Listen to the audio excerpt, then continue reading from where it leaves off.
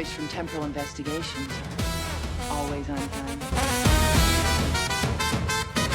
Edith Keeler must die.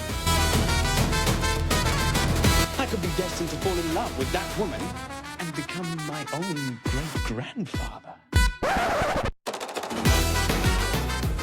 Which is totally a thing from Fry in Futurama, where Fry is his own great-grandfather. His own, yeah. He doesn't. That's the whole problem with time travel, is that it doesn't really, like, everything about time travel is actually wrong, because you can't. It's all timey-wimey. It's all paradox stuff, and so it wouldn't really work if it's in reality. Well, so there's an entirely other episode probably in science or in time travel, but like early Star Trek up through, Enterprise was before we really understood quantum physics. So we had a very linear kind of timeline, and if you went back, and killed yourself, you wouldn't appear. It's the Back to the Future kind of paradox. Yeah, but you now, wouldn't. But if you killed yourself, you wouldn't. Yeah, it's a whole. But then you have paradox. But under quantum, now you have to think about like multiple timelines. Right? But under quantum physics, you now have the many universe theory, which means if you go back in time, the timeline will actually split. Which is how Star Trek 2009, how that reboot exists with all of the other canon, is it pivots off. But we're not here to talk about time travel, at least today. We are here. This will be the first episode. I'm recording this out of order for people that care. Just like the original Star Trek, it's out of order. Yes. Oh my gosh. It is a train. Like the first 9 episodes, none of them are like in order. Yeah, and Memory Alpha has them one way, and the streaming services have them another. It's whatever.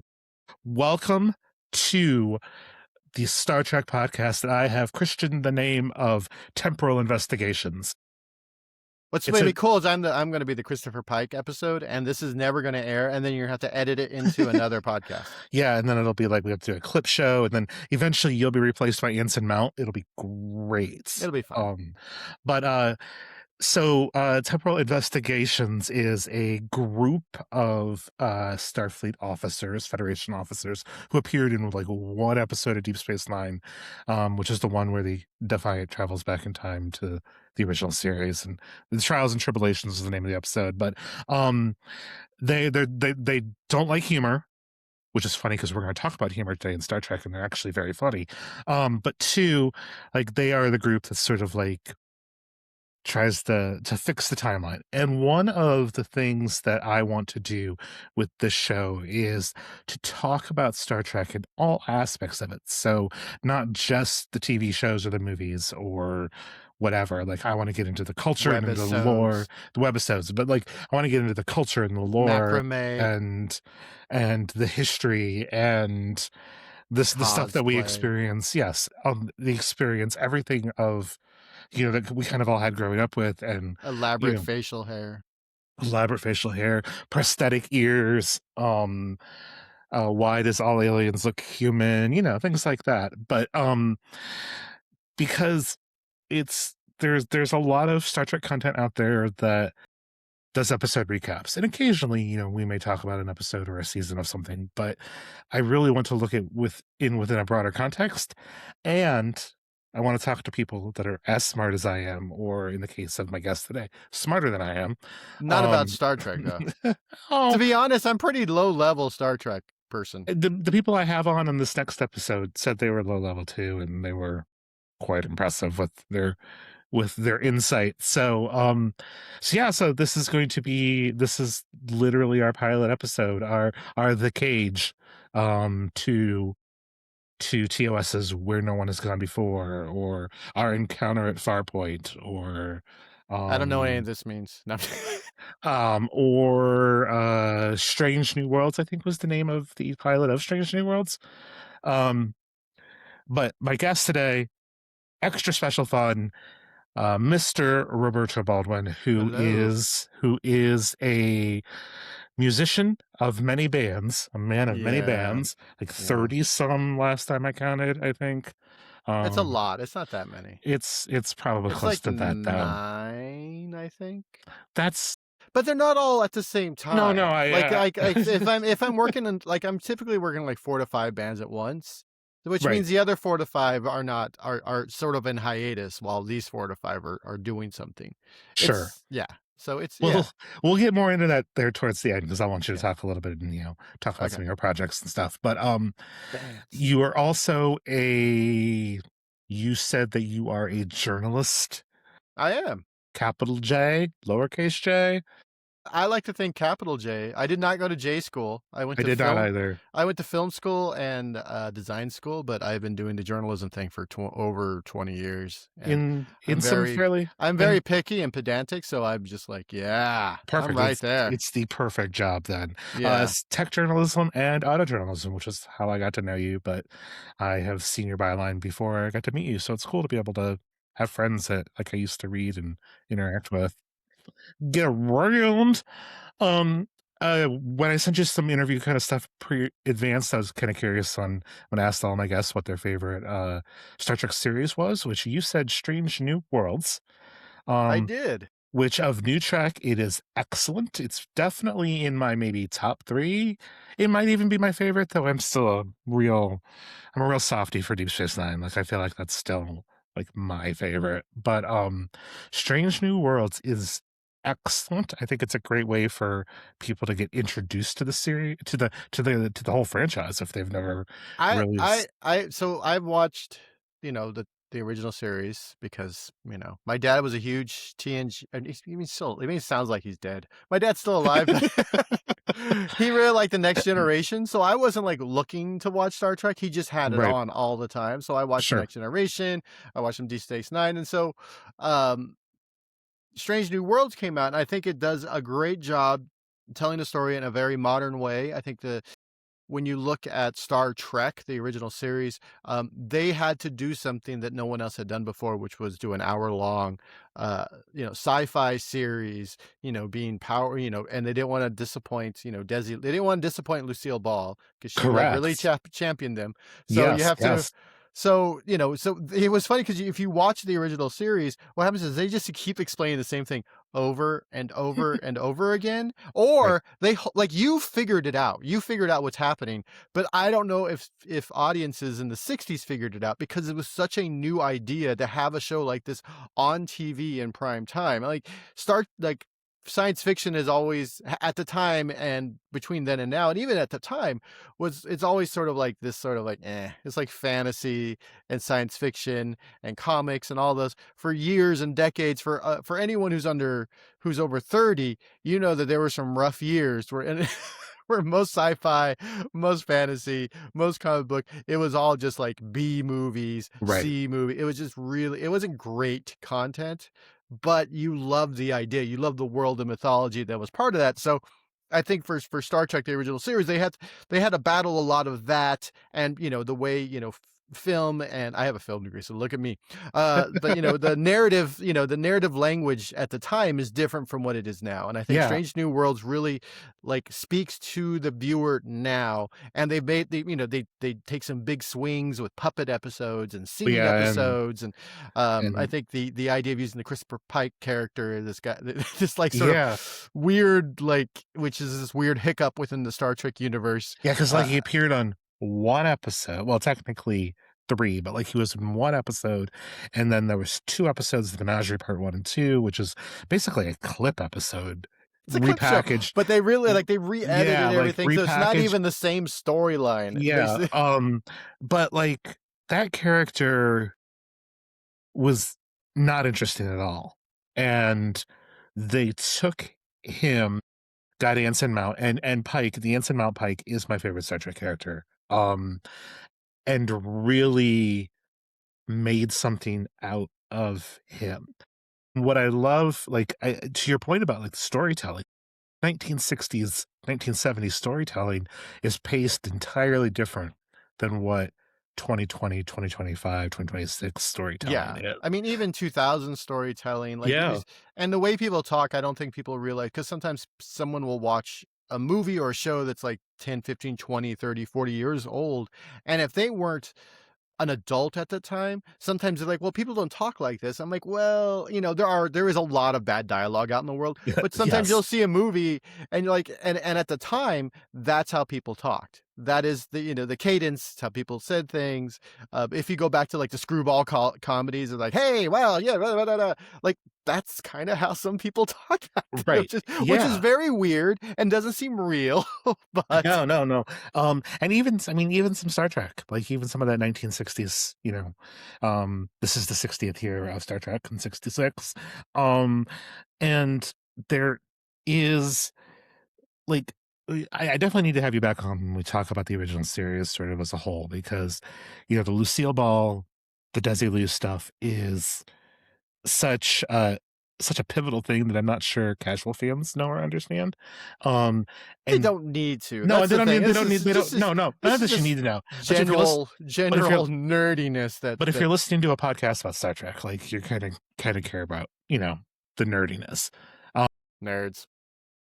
uh, but also like the writing on the original series was very hit or miss too. DC Fontana for is well known now for being the good writer. There's a couple of other good writers that they had, but like the stuff that Roddenberry wrote, not so great when you kind of rewatch it. Like there were ideas and concepts and things that I think he got he got absolutely right. Um, some of the storytelling stuff, like I feel like I think it, there's as a creator, there's a point where you're writing the first couple episodes, but at some point you just become the cop. You're just making sure that everything stays within the mythology that you've created. And sometimes maybe when you go back into write, some people who go back into write, they hit it out of the park. Like, oh yeah, this is why this person. Other people, they go back in the write and are just like, oh, because they're so at some point they're so deep in the mythology, they can't see the forest through the trees sometimes, and they're trying to like, do I cram more? Do I cram less? I know this really like weird thing about this other yeah, thing. Whereas other writers will come in and be like, okay, let's just move all this away and focus on this is the story. Here's plot point one. Here's a B story. This is where we hit. This is where we're, this is the inciting incident. This is where, this is, the buddy cop part of yeah, it. This is the yeah. worst possible thing that's happened, and triumphantly return at the end. I think though, like if somebody maybe hasn't given it a rewatch in a while, some of the best original series episodes, which we'll talk about a couple here as we get into our regular topic. But some of the best of those still kind of hold up today. Like one of my favorite, I think overall episodes of Star Trek would definitely be my top 5 or top 10 is Balance of Terror, which is the season 1 episode, very submarine themed, where the Enterprise encounters the Romulans for the first time. And Mark Leonard, who eventually plays Sarek, is the guy that plays the Romulans. We learn that the Romulans are an offshoot of Vulcans. Um, Kirk shuts down some real like prejudice, anti-Semitism kind of stuff on the bridge, Yeah. really kind of, Not but funny at all. no, definitely not funny, which is what we're going to talk about. We're going to talk about. I mean, it starts with a wedding, and the guy, Least funny. yeah, it starts with a wedding, and the person, spoiler alert for a 60-year-old show, the one person that got married or was going to get married dies in the episode. And is the only member that dies. You know, not great, but in terms of comedy, but like Not a that laugh right. that episode though is like immensely rewatchable. City on the Edge Forever. Yeah, Edith Killer Must Die. Like, I mean, just again, great. Rena's a little slow paced, which is the one where Kirk fights the Gorn, but still pretty solid. And then in season 2, Amok Time, the Vulcan stuff is rewatchable. The Trouble with Tribbles is paced very well, even for modern TV. Like there's stuff that you can definitely watch, and you're like, oh my gosh, get the story going. Some of them can be a bit of a But slog, especially if you don't watch movies or TV shows from the time and you're not used to it. It can be a little difficult.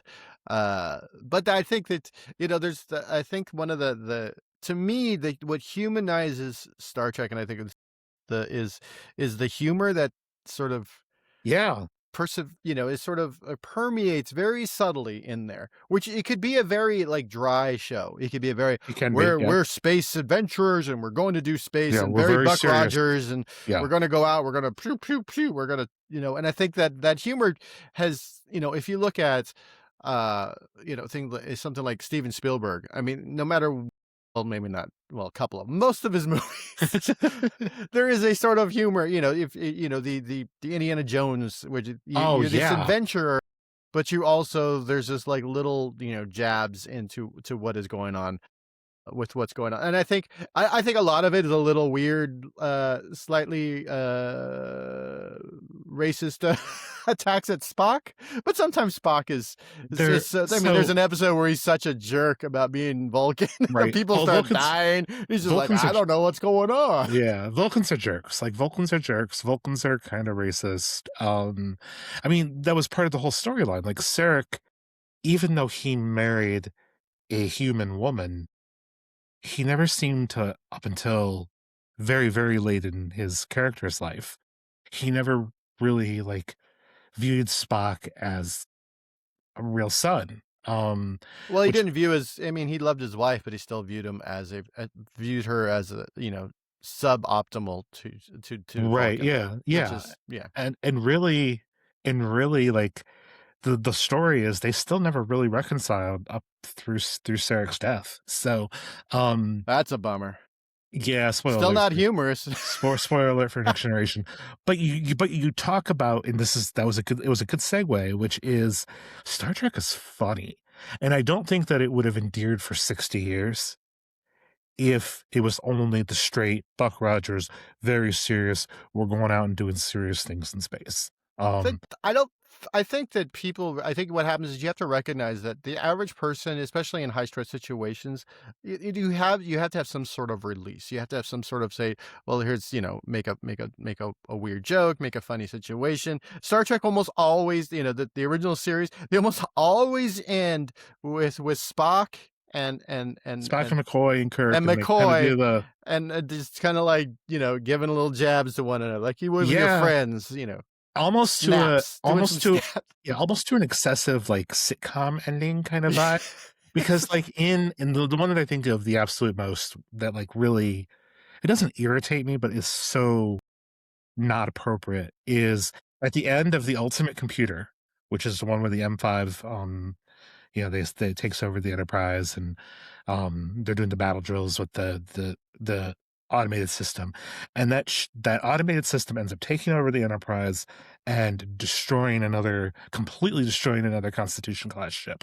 So we learn that 400 people are murdered by this computer, and less than like, I don't know, a minute later, Kirk and Spock are just cracking jokes on the bridge. Like, Listen, you got to break up the monotony. You can't be sad all the time, Chad. no, it's like a very It's a total weird. It's a total misfire. I think they should have yeah. throw something in the middle.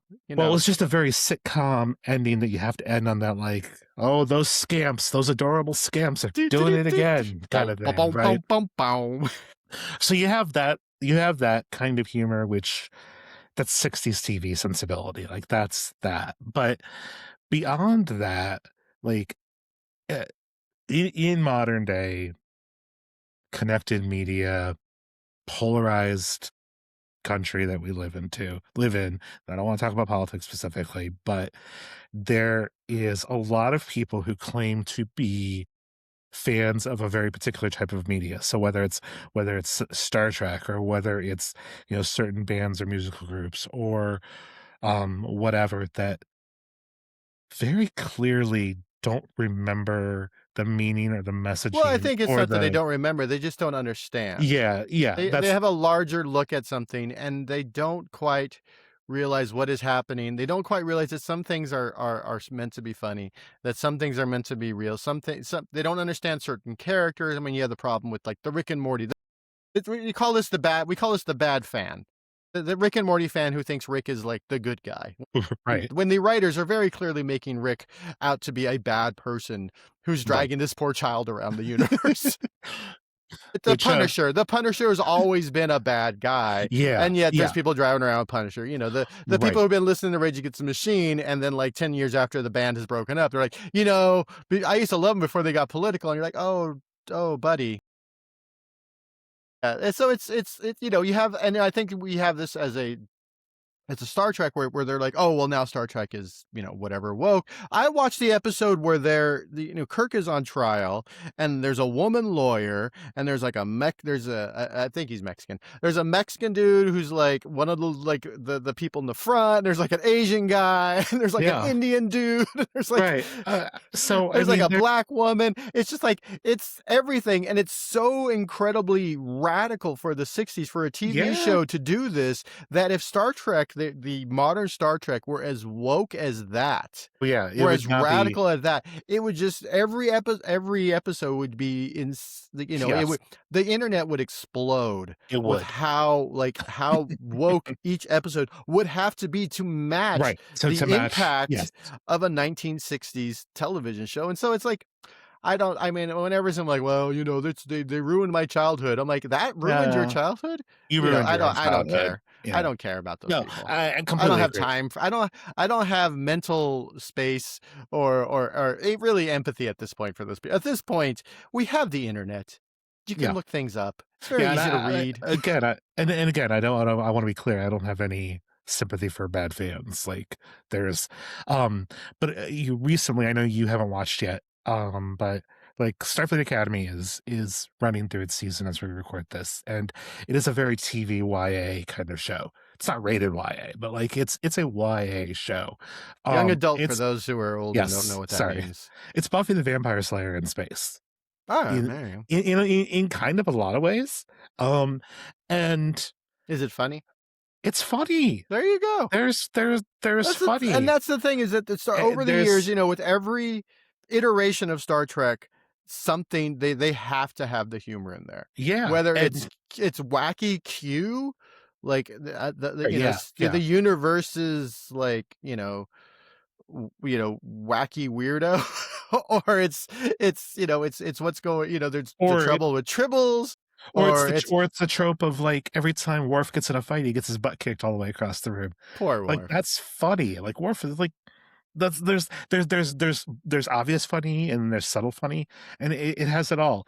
And just to kind of close the loop sort of on the Starfleet Academy thing, that's kind of what made me think of the comedy aspect of Star Trek lately, is because people are very upset that Starfleet Academy exists and it's not the Star Trek for them and whatever. And it's like, well, there's so many different Star Trek properties out there now. Like I don't expect everybody to like all of them. Like it's not designed. It's not designed that way. There's a show called Star Trek. What's it called? Not I can't remember its name right now. But it's a like 5 to 8 year old targeted. Are you talking about the animated series? No, there's a YouTube Star Trek Scouts. That's right, Scouts. That's it. There you go.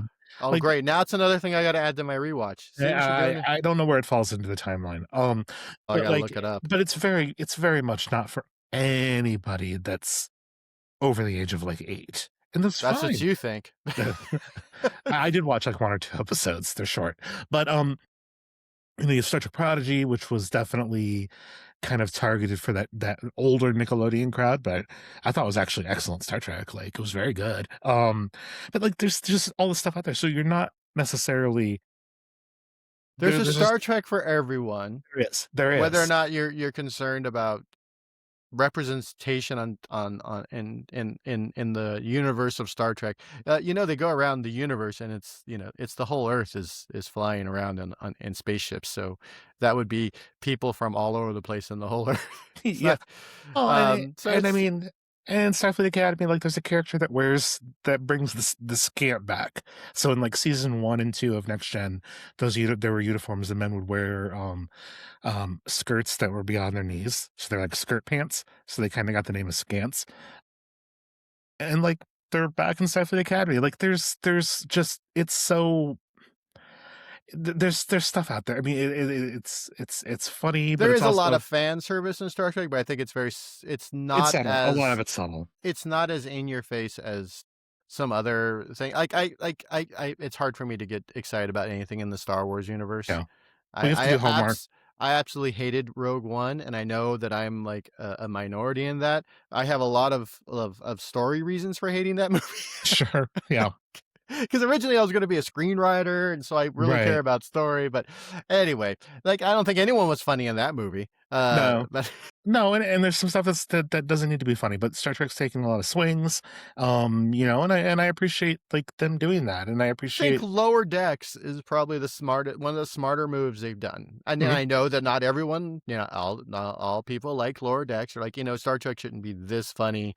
It shouldn't be this. That's fine. You don't have to watch Lower Decks if you just genuinely don't like it, don't think it's funny, or Well, don't think speaking it of Rick and fits. Morty, I mean, that's I mean, yeah, it's that essentially Rick and Morty people. it's Mike Mahan who Yeah. did both. So, But but I think again, the humor of Star Trek is what humanizes Star Trek. This is why it has lasted as long as it has. I mean, when the casual person who you say Star Trek, if if they have if they kind of watch it, they know about the Trouble with Tribbles, which is just a right. goofy episode Yeah. about things that just keep Well, humping and and making more of them. yeah, well, they're born pregnant. I mean, it saves a lot of time. Yeah, yeah. As McCoy would say, Star Trek 4, The Voyage Home, the one with the whales, which stay tuned for the next episode of this because we talk a lot more about it. But Like whales. that's They're funny. But the episode's funny, and nuclear vessels, which is great because it came out in the 80s. right? When It's a we Russian guy. it was It's the a middle of the Cold War, and the right. Russian guy's like, "I want to see a nuclear Right. vessel." But he's fish out of water in San Francisco. He has no reason to know what San Francisco at that time would be, and it's wild. It's funny. But what's funny about that, or what's great about that, and funny about that, is that that's the third episode in that trilogy of Wrath of Khan, Search for Spock, The Voyage Home, and Wrath of Khan. I mean, my favorite Star Trek movie for sure. The but you take those first two episodes, or Star Trek 2 and 3, those are very serious. There's a lot of fighting, there's a lot of violence, there's a lot of anger. There is just it's very, very high stress. High stress, high intensity, high anger. Yes, there's some comedy bits a little bit, like especially in Wrath of Khan. Especially around like the Kobayashi Maru and solving that and things like that. But but then you come along with Star Trek 4 and it's all comedy. Like there's a good Star Trek plot, a storyline with it, but it's also just ridiculous. A cloaked bird of prey just sits in Golden Gate Park and nobody notices it. Yeah, You notice it. You don't have it. You don't have stuff to check that out. you would walk into it, you would hit it. But it's like I think it's high enough where it doesn't hit people. They probably if someone's coming, they just like, hey, raise it up a little bit. Now, of course, like the fact that it has engines running and it probably makes noise and all that. Right, there's that. There's there's the colorful metaphors. There's the too much LDS. There's the but it also feels like the entire cast was in on the joke too. Like it doesn't feel like they're making fun of Star Trek. It feels like we're all laughing about the situation. Well, it's a fish. Yeah. Like you together. said, the entire movie is a fish out of water, which is a huge comedy whale out of trope. water. It's you throw somebody into an area where they're uncomfortable or they don't know what's going on, and so they're going. I mean, it's essentially perfect strangers. Like Balky didn't know how to say things, and Balky didn't know about the big city, and so that was the whole run of that show. Was Balky's like, I don't know, these are these things I'm doing, and like after a couple seasons though, you're like, oh, Balky's kind of Balky's a little dense. You see, he should have learned how to say some stuff. Right. Well, so you go back to the original series. Again, there's comedy across all of this, but the original series, obviously people go to like the Trouble with Tribbles and they're like, oh, this is funny. It's supposed to be funny. The music's funny, things like that. A piece of the action, which is when the Enterprise goes to the gangster planet. Yeah. Kirk and Spock have to be a gangster. Like that is the whole premise is ridiculous. The execution the whole is idea that like, hey, we got to go to another planet that's essentially like Earth, but they're like gangsters, or the one where they had to go and all the kids, like when they hit 18, they get really old really quickly. But they're like, there's another Earth.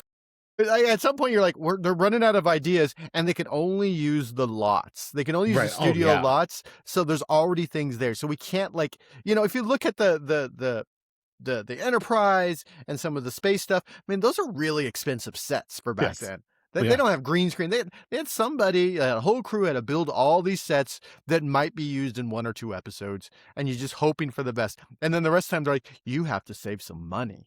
Yes. And so unless they do stuff in a in the desert, like the Gorn episode, they're like, Right. we got to go on the back lot again. Let's see. Yeah. Well, I mean, We're all gangsters. that be- We're fighting Nazis. that becomes its own trope, Little though. kids are jerks, It becomes its own trope too. Like, I mean, Strange New Worlds did a backlot set, like on purpose to be like, oh, this is how the original series did this, so we're doing this. Uh, in Starfleet Academy, there's the very first opening shot of Bajor. The planet Bajor is the exact same planet shot as Kylie 358 or whatever from the first episode of Strange New Worlds, because the original series would reuse planet sets and graphics. So like, there's a lot of the next generation with the holodeck.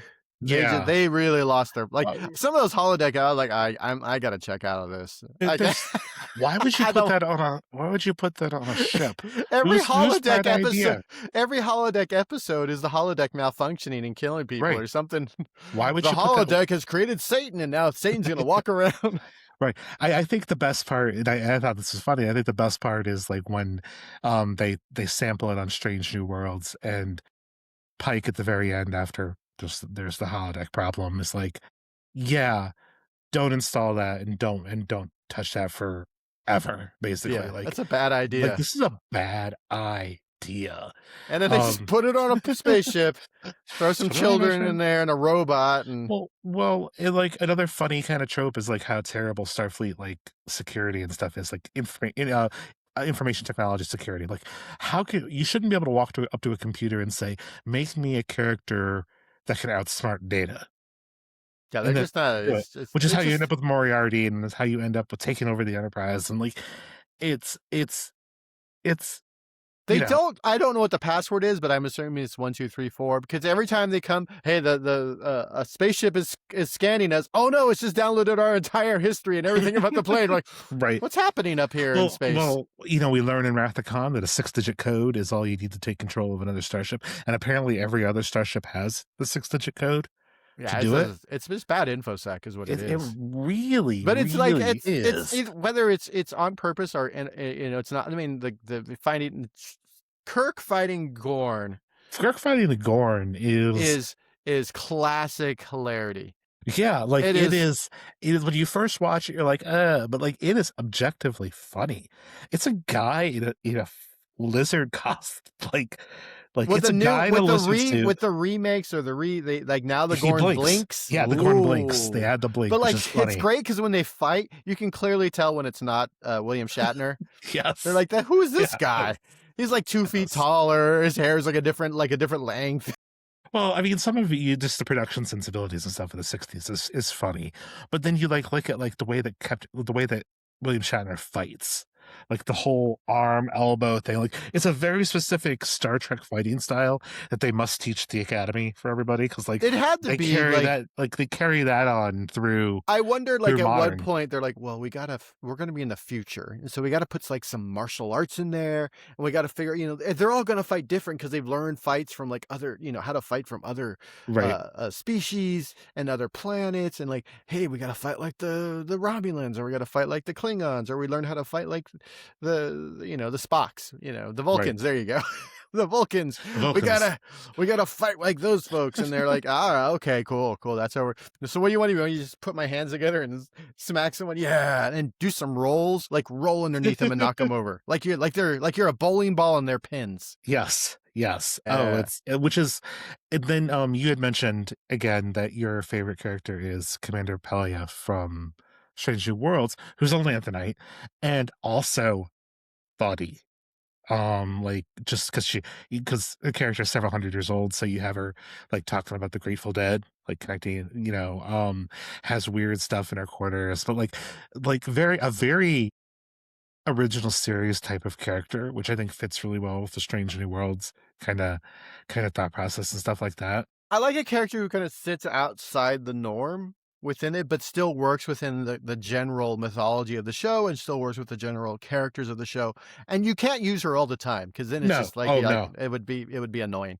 Yeah. But I like the idea. It's like this old woman who's really, really old, who's, hundreds or thousands of years old, and just sort of every once in a while just sort of shows up and be like, "You guys are idiots. Let me tell you how this works." Right. Or they go back in time for some reason and they meet her and she's like, But yeah, "Oh, they hey." And she's like a little bit of a thief and a little bit of a hoarder, a little bit yeah, of, yeah. but they still let her in the academy because, or in Starfleet because she's pretty smart and she knows she's good at engineering because she like built the first sewing machine or something goofy. I don't know. Right. But I like Well that, and every time she's on, there's going to be some funny. So I'm just well, like, all right, I love how Scotty is so, I don't wanna say, like, almost I don't wanna say embarrassed by her, but, like, very kind of like, it is a very teacher-student, which, of course, she is his instructor, but, like it's like your 16-year-old and yes, your yes, mom. yes, You're just like, oh, yes, mom. yes, that's God. exactly And how it it doesn't matter who you are. You could be like, a rock star. You could be, the world's top astrophysicist. You could be whatever. Your teenager doesn't care and is right. embarrassed by you. Yes, that's yeah, that's the relationship. And I think it works really well. Is that it Scotty is does. just like, oh God. Right, right, and then, like, the one time, like, when she, like, needed Scotty to work under pressure, and he wasn't under enough pressure, so she's like, "Oh my gosh, the Gorn are here, they're taking over the ship," and, like, he just quickly fixes whatever product thing he was trying to fix, and then he's like, "Dang it, mom," like, Yeah, it's basically was like, very "Dang." yeah. It's someone who Yeah, knows you very well, and it makes yeah, it worse. The yeah, fact when your parents, you know that your parents know you very well, and they're already embarrassing, and you're always on the cusp of being embarrassed by them because they're going to say something or do something that exposes who you are to either the world or your friends or to yourself. And so I think it's an interesting character that they've sort of introduced, and I think she works well within the series. And I like her because she's not there all the time. She just sort right, of yeah, shows up. but you Hey, can see sort of you could see how her and they obviously wrote it this way, but you could see how her influence on Scotty ends up where we know Scotty. Oh, a little bit of stretching the truth, maybe a little bit of, definitely the engineering talent and chops to be a miracle worker, but the the the off the wall kind of nonconformity stuff that Scotty will ultimately do. well, at some point, he admits that he's like, "Well, if it's gonna take you, like, this long, you tell him it's gonna take you Yeah. this long, and you look really good." Yeah. It's the Disneyland method. So when you're in line at Disneyland, they'll say, "Oh, it's gonna take 45 minutes from this spot to get to the thing," when in reality, it'll take, like, 35 or 30 minutes. So then you're delightfully surprised. You're like, "Oh, it didn't take quite as long. That's great." I think Scotty does that. That's Scotty's whole thing. "Oh, it's gonna take all day. It's gonna take 24 hours," when he knows in his heart it'll only take him 18. Well, in Star Trek 3, in The Search for Spock, when the Enterprise returns at the beginning, Kirk asks him, he's like, "How much refit time do you need for the Enterprise?" And Scotty's like, "Oh, it'll take 8 weeks, but I know you don't have 8 weeks, so I'm gonna do it for you in 2." And Kirk is like, "Scotty, do you always multiply your repair estimates by a factor of 4?" And he's like, "Certainly, sir. How else should I keep my reputation as a miracle worker?" Yeah, it's very and it's of course, that's that weird little humor in there where Yeah. the entire series you're watching it and Scotty's eyes like, "Oh, because it's this thing called like a time crunch." And so it's a story element where you're like, "Okay, we have to do this within this amount of Yeah, time, ticking but it's clock. gonna take longer to do it." So you have yeah, like you said, they have this ticking clock, and then Scotty is just always, it's like, "Oh, it creates tension." And then in reality, you find out like, decades later, like, Scotty's just everybody. Yes. Yeah, I mean, he's good at that. It kind of put you on the spot a little bit here. Uh, it's kind of I mean, is there anything that you can think of off the top of your head that you think is hilarious that maybe isn't, um, generally funny in Star Trek? Like, the Gorn fight isn't supposed to be funny, but it's hilarious. Like, can you think of any other kind of examples that you kinda watch and you just laugh because 'cause you're like, "Oh, this is so ridiculous," or, "Oh, this is funny," or, "This is" It's the when, in the first season, they try to um, not Scotty, Bones, like, he tries to be suave and charming,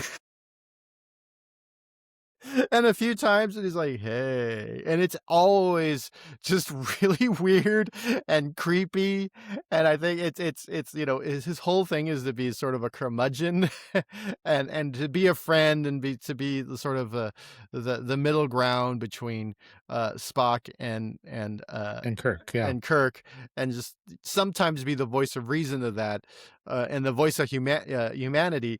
And but then, like, he's like, "Hey," like every time, poor Bones tries to, like, you know throw some game at some Oh, poor yeah. woman, it always comes off very weird and creepy, and I feel bad for DeForest Kelly.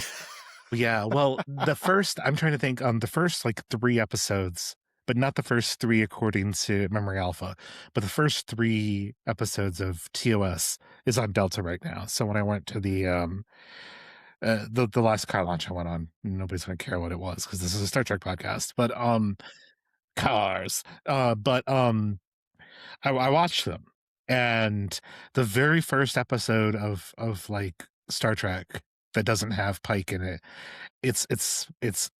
Bones meets his ex-girlfriend Oh, yeah, who it's his ends up ex. marrying the scientist, and it's the salt suckers that come in, and Yeah, they're the in a whole time he's, like, just enamored by her, and Kirk keeps getting mad at him for not being able to keep it in his pants, like, talks about, like, his loins out of control, like, it is cringe. It's cringe first.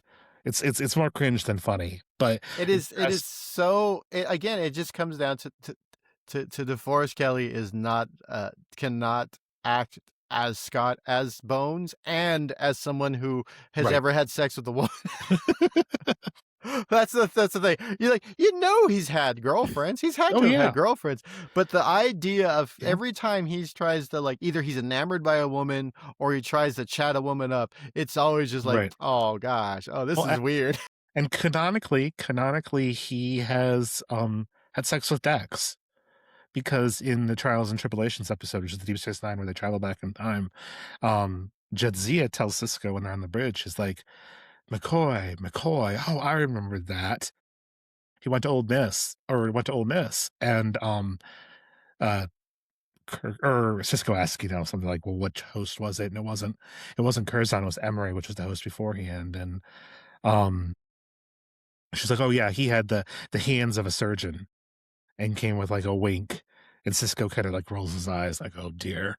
But, so It still makes it at some awkward. point, he still had some game. Apparently, he had some at some point. Listen, some ladies, they like an awkward man, and I mean, God so willing, and right? then there you go, DeForest Kelly's, If was Bones. So, yeah, so I think that every time he's trying to throw a play, I find that, hilarious and cringe, and, well, and Bones, um, reboot Bones, the 2009 Star Trek, which is, crap, what's his name? Oh, I'm so stupid right now. Uh, talking about the movies? yeah, the movies, the new ones. Now we're doing research. Yeah, Star Tre oh, duh, Carl Urban. Duh, duh, duh, duh, duh, duh, duh, duh, duh. Carl Urban. Like, they make him kind of cringy flirty too at some of the Yeah, times. but Carl Urban, it's I think It, he's it, as it's not the person playing them, it's the no, character. yeah, It no, is literally the character of Bones just is yeah, he's essentially. supposed to be a little cringe. Yeah, I think for most people, this is a sexless character, especially when you have Shatner, who's just banging his way across the universe. Yes, yes, yeah. Mhm. And Spock, who's got, like, a girlfriend or a wife, and then he's like everyone everyone wants Yeah, to be with the yeah, misunderstood emo, like yeah. No, Vulcan. Spock is very horny in Yeah. Strange New Worlds. Um, but we learn sort of through in the alternate timeline.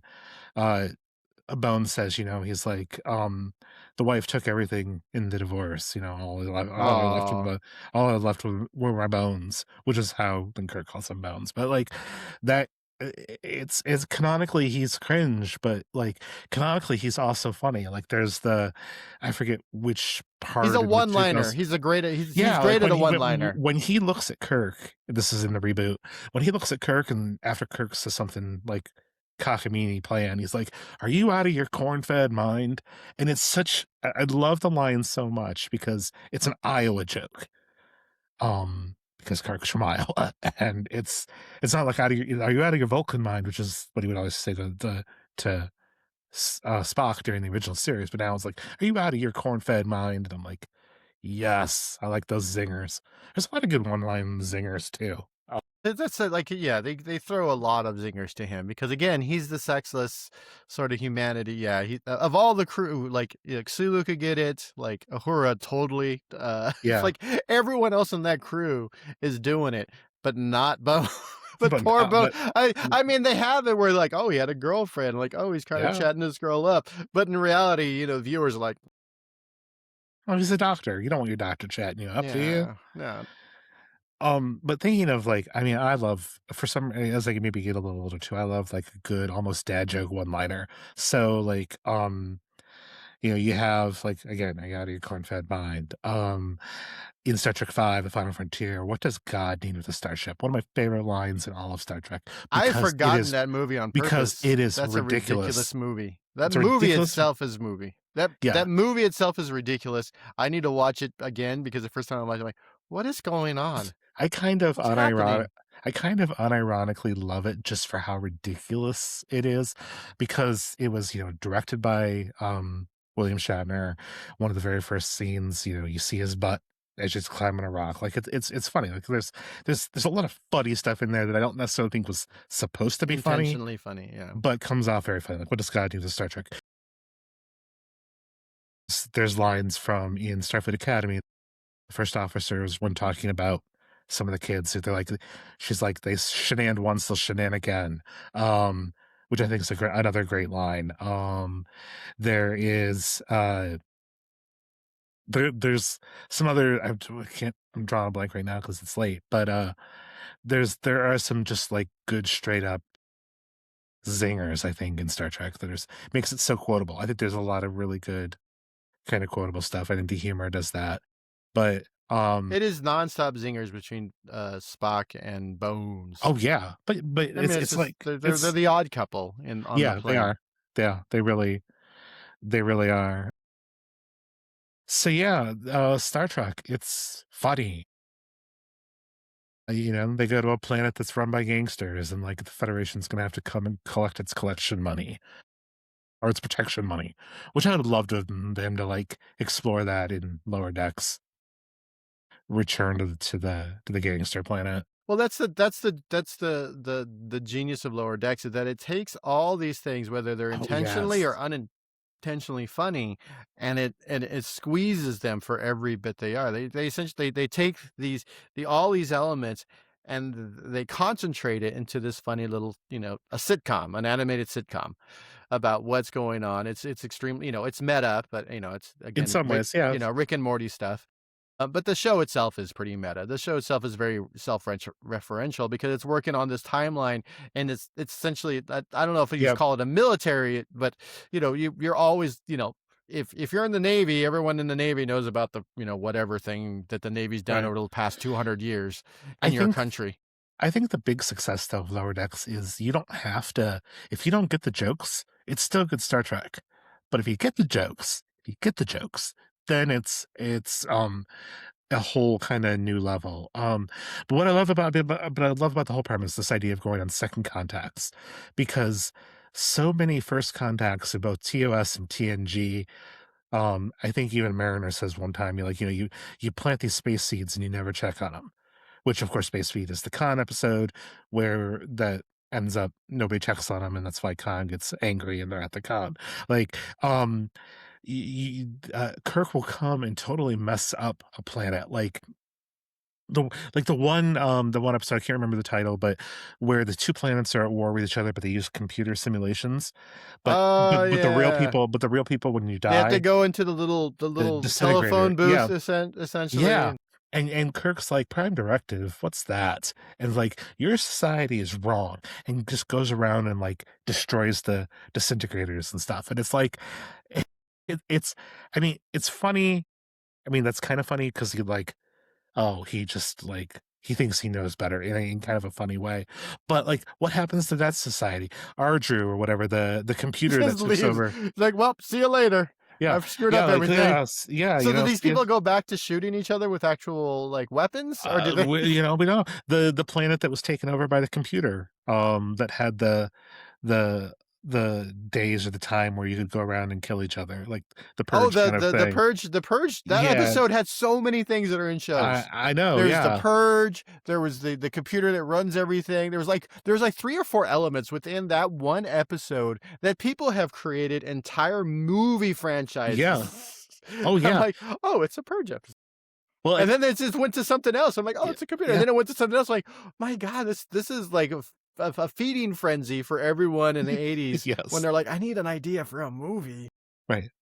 And Lower Decks, like they revisit that planet, and it turns out they let the computer take back over. They preferred having the computer run everything, They're like, um, it's fine. which is then how the computer ends up at the Daystrom Institute next to Jeffrey Combs's computer character. But like, there's uh, it's funny, like maybe like not in a funny haha kind of way, but the way that Starfleet just comes in and like has these this General Order 1, which I love in the first episode of Strange New Worlds at the end, um, because they violate the Prime Directive to do it. And Pike is sitting there with Admiral April, with Commodore. I think he's a Commodore. Oh, it's an Admiral. He was a It doesn't Commodore in the matter. first one, whatever. You don't have to April. salute him. What do you care? April. And he's like, "Oh yeah, the council's real upset at this, and they're thinking about renaming it to the because they're very serious about this. They're thinking about renaming it to the Prime Directive." And Pike, without missing a beat, he's like, "Oh, that'll never work." And it's Because so it's a plot element that only works when they want it to work. yeah, yeah, And so many times they just sort of yeah, nah. You're just like watching episodes like, isn't there a prime directive that says they shouldn't do any of this stuff right. right now? Non-interference. Like, I mean, Star Trek 4, like we mentioned this in this other, this other episode, but like Star Trek 4, like where's the Prime Directive? Does the Prime Directive apply to your own Earth, to yourself? Can you go back and change your own history?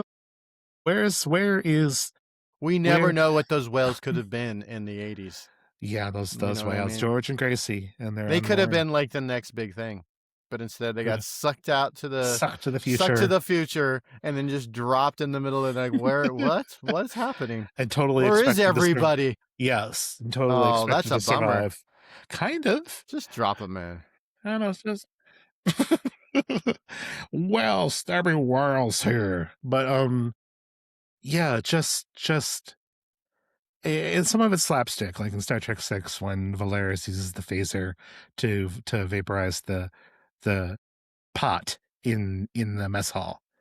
And like the stuff that the crewman's stirring stays there, but like the pot disappears when she vaporizes it. Oh, Like that's a there's some bummer. slapstick stuff. Yeah.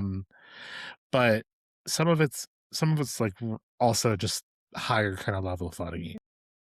I don't know. I think in 60 years of TV, like Star Trek has done a lot of things. As you said at the very beginning, to maintain the wokeness level of the 60s that it had in the 60s, it would have to be like infinitesimally more woke, Everyone quote would have unquote to be workers. trans in the new shows. Right. That's the only way you could. You'd have to get real aliens. Like you'd have to find Yeah, everyone has extraterrestrials. to be. Yeah, it's and it. I mean, I don't understand people who don't quite understand it, and people who did understand it and have decided not to do it. That's your own. I don't know. Cognitive dissonance for your life. Good luck in your cult. But yeah, I think there's at the end of the day, when you what makes Star Trek, what makes people go to become Trekkies before Star Trek was like you know accepted by the general populace. What makes people still dress up as Star Trek characters? What makes people buy funny little ears, what makes people 3D print, tricorders and the little phaser guns, and what makes people. And at the end of the day, it just comes down to is that it's a human story. It is a story about a bunch of friends, about a bunch of people who are going around who are just trying, for the most part, just trying to be nice to everybody else. Yeah. That's it. Yeah.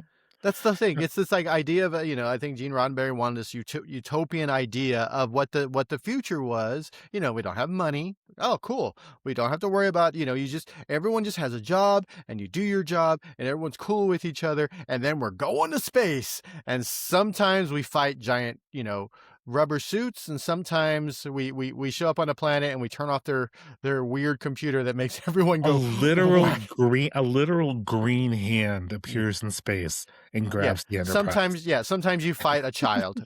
Sometimes you fight Some sort a of child. super child. But I think Yeah. there are these fantastical ideas that they were able to pull off, and enough people were watching it that they decided, wow, this is really cool. And enough studio executives realized that, even though the first, especially the third season of Star Trek didn't do that well, to be honest, when it was on No, it TV. was not great. It was mostly syndication where Yeah. this became pretty famous, and then decided, oh, you know what, we should just keep doing this. The Next Generation was just a syndicated show. It wasn't on NBC or CBS. It went straight to syndication, and it did gangbusters, and then Deep Space Nine and Same. so on. Voyager was the first one that was like on a network with an official time, because it helped launch UPN, the United Paramount Network, Yeah. So which it's yeah. So I think it is that idea that it is actual stories that don't get mired down too much in sci-fi, which is a problem with sci-fi. Like whenever you're watching anything in sci-fi and they have to explain things instead of just doing, that's bad writing. yeah, That's yeah, I agree. and I don't think Star Trek went in and like, well, we have to, there wasn't a lot. Yes, they have a lot of exposition that you would, There for is. the 60s, but it wasn't so much where, I'll watch a movie now and it'll be like, well, the reason why we're doing this is because of this. And it's like, oh my God. I will contend though that Star Trek has the best in-universe way to do exposition, which is through captain's logs, through log entries. Yeah, you get this I think nice. it's a very in-universe way to do exposition. That's Every, fight me. I think it's the best way to do it. Like no, it's I haven't essentially seen. narration without it being it's without you Yeah, thinking you're being narrated to. yeah, which I It's think is it's not a crawl. It's not Star Wars, but there's a crawl. It's not the Running Man at the beginning of the first Running Man movie. There's a crawl. They yeah, explain yeah, everything, what's going on.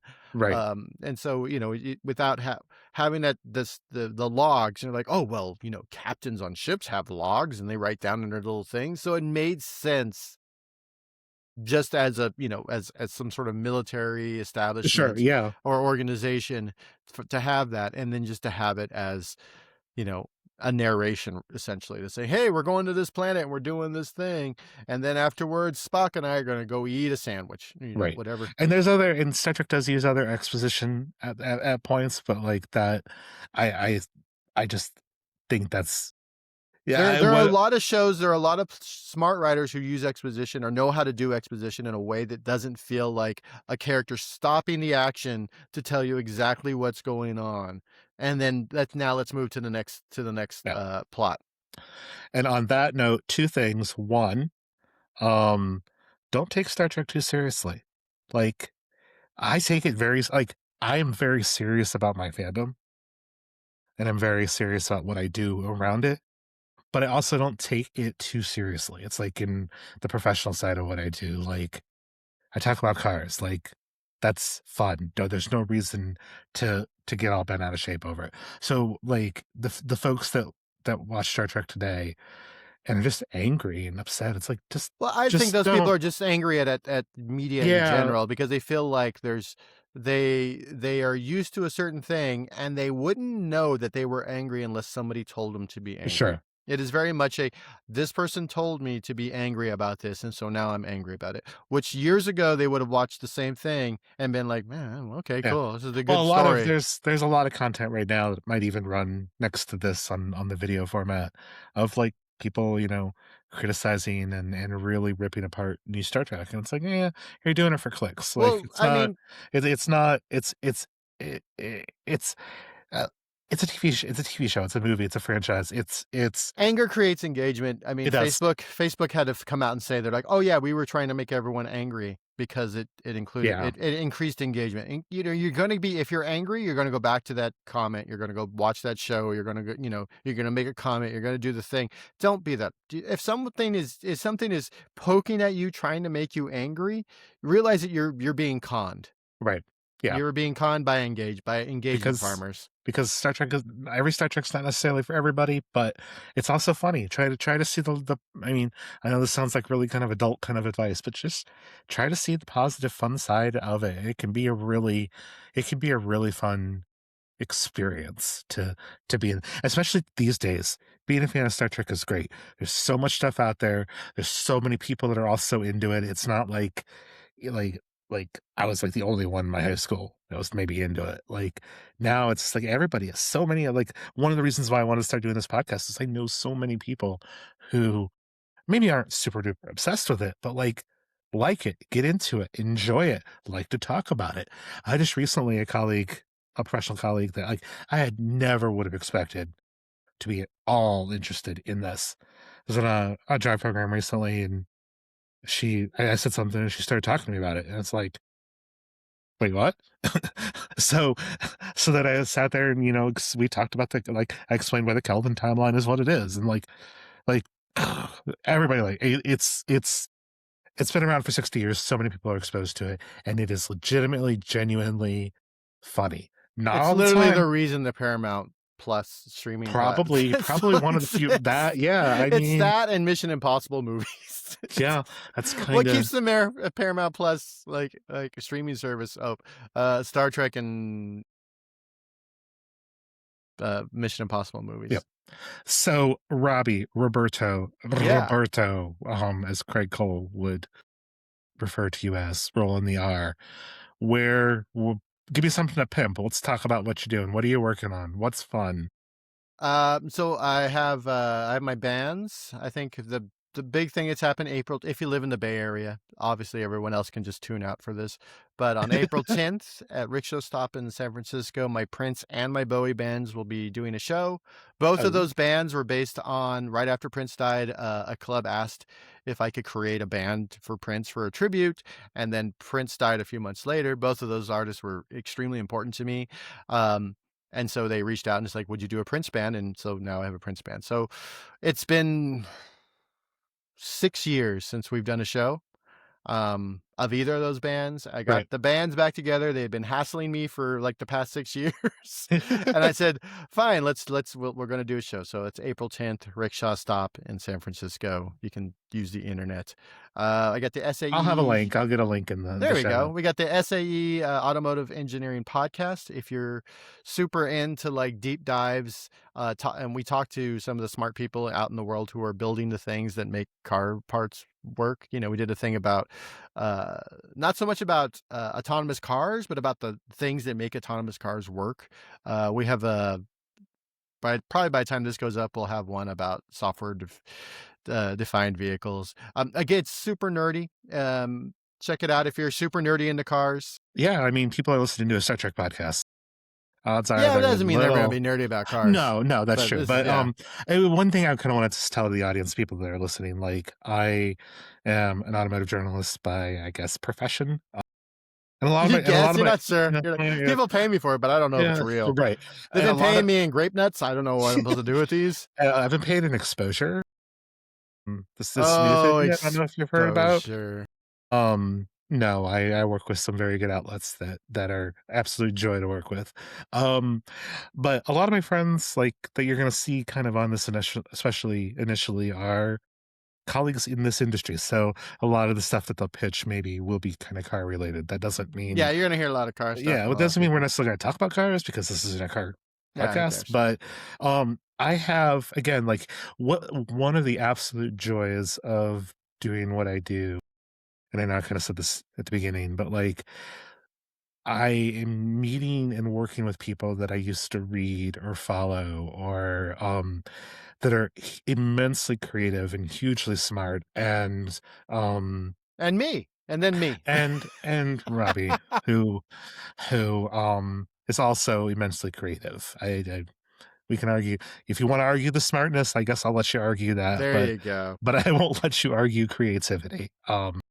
Because that's you have 10 bands more than I do. But I thank you again for coming on. No, it's fun. For regular listeners, hopefully, the best way that you can support this right now is tell somebody about it. Share it on social, hit the subscribe, do all of that jazz. If you want to help Give maybe it a I know you're supposed to tell people to give it a review on Apple that's right, Podcasts, please. because Yes, for even some though reason Spotify spent, hundreds of millions of dollars for their podcast, everyone I have a couple podcasts. All the podcasts in the world, they get most of their views from Apple or listens from Apple Podcasts, yeah. not from Spotify. So womp womp Spotify. Womp. Um, so yeah, so like, and that there's ways to juice the algorithm, and a review is a way to do that. So, and these aren't reviews like when you get your car fixed, where everything other than a 5 star is like a 0 star. Like, I'll actually take feedback seriously. Um, but that's the best way to support us. We do have a Patreon though, so like if you want to throw a couple of bucks towards this project, so that maybe I can pay some guests to be on kind of thing. We have that at patreon.com/starbase80 because I didn't want somebody to have to spell out temporal investigations. That's a long one. Um, but at the lieutenant's level, Ooh. you can get episodes early, almost a week early. And at the higher tier, at the commander level, we do some bits before and after each episode that are just for those folks. It's So just X-rated stuff. I'm going to say so yes, many it's swears. I'm going to talk all the about, swears. Robbie just yeah, cursed up the storm. yeah.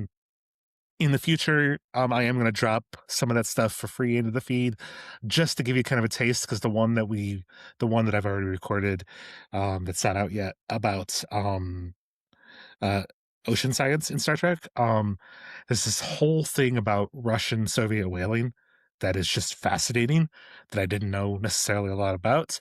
That isn't necessarily Star Trek related, but like just real intelligent conversation with some very smart people. So might be worth it to you for that. But either way, I appreciate you guys listening. And until next time, I haven't really come up with a sign out yet. So I got hold on, I can do that. That's better than my whistling. Thanks for listening. Besides, it's just live long and prosper. Live long and prosper.